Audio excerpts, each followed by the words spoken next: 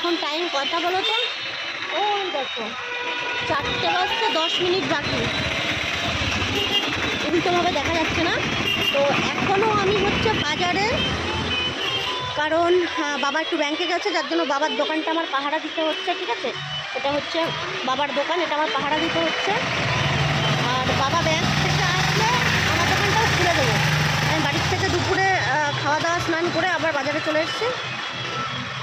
তো এখন 4টের সময় ঠাকুরনগর বাজার মোটামুটি এইরকম অবস্থা, রাস্তায় টুকটাক টুকটাক লোকজন চলাফেরা করছে।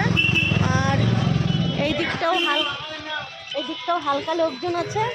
আর এই যে জয়গুরু বস্ত্রালয়, এরা তো বাড়ি যায় না 1 মাস ধরে। ঠিক আছে, এরা বাড়ি যাওয়ার কোনো স্কোপই পায় না। মানে জামা কাপড় গোছানো আর খুলতে এদের মানে সেই সকালে আসা রাত 1টায় বাড়ি যায়। বিভৎস মানে সুন্দর বেচাকেনা হচ্ছে। যাই হোক, তোমরা চলে আসো, জামা কাপড় যাদের এখনও কেনা হয়নি এই জয়গুরু বস্ত্রালয়ে চলে আসো।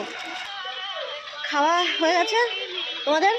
কমেন্ট করো ঝটপট। আর যারা এখনও ঘুমাচ্ছ, যারা ঘুমিয়ে আছো, তারা ঘুম থেকে উঠে আমার ভিডিওটা দেখবা সুন্দর করে একটা কমেন্ট করবা যে 4টের সময় আমি বাজারে বসে আছি। ঠিক আছে, আমার আর জীবনে কোনো সুখ শান্তি শখ আহ্লাদ কিচ্ছু নেই, সব গেছে। যারা ব্যবসা করে না এইটা শুধু তারাই বুঝবে। ঠিক আছে, যারা চাকরি করে তাদের ব্যাপার আলাদা, কিন্তু যারা ব্যবসা করে তারা মোট কথা মানে আত্মীয় স্বজনের বাড়িতেও বেড়াতে যেতে চায় না, দোকান বন্ধ হয়ে করতে হবে এই জন্য। ঠিক আছে, দোকানটাই তাদের কাছে সব কিছু। যাই হোক, তো পুজোর টাইম, সবার বেচাকেনা ভালো হোক এই কামনা করি।